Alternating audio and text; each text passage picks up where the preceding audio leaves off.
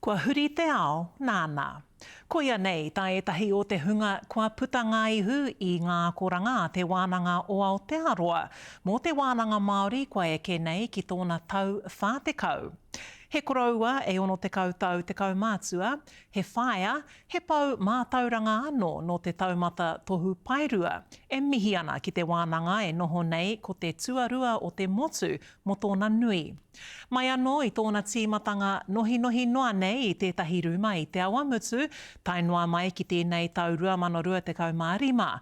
Tōna te kaumawaru mano ngā akonga kua puta ngā ihu i ana koranga. Mai anō i ngā tiwhikete, tai rānō ki te taumata tohu pairua.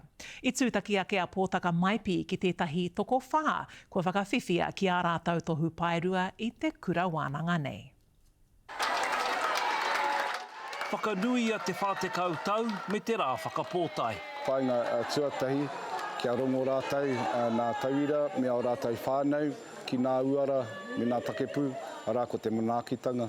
Kia rongo rātau ki te manaakitanga, te aroha, te āhurutanga, te kaitiakitanga. Whai wāhi nā whānau ki te whakanui a rātau nā tauira ko whakawhiwhia ki o rātau tohu.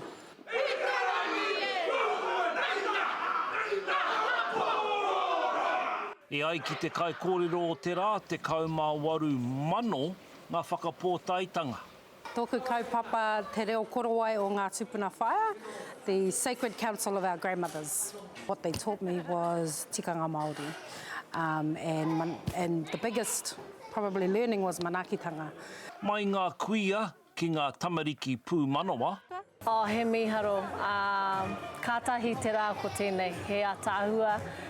It's been an amazing experience. My thesis is inspired by my boy who came to tautoko me today, whānau another kaupapa, so he was my inspiration. I wrote about the experience of raising tamariki pū manoa, gifted tamariki. Kau e pōhehe mā te rangatahi anake te mātauranga, ko Paura Mahutonga no Taranaki, i heke ngā roimata i te whakatutukitanga o tana moimoia.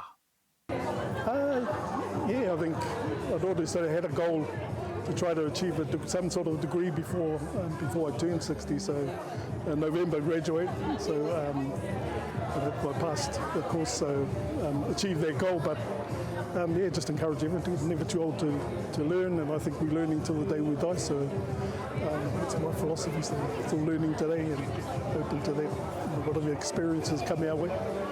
Ko ngā pire tō rangapū kei te tihi o te whakaaro o te kai kōrero, tauira o te rā.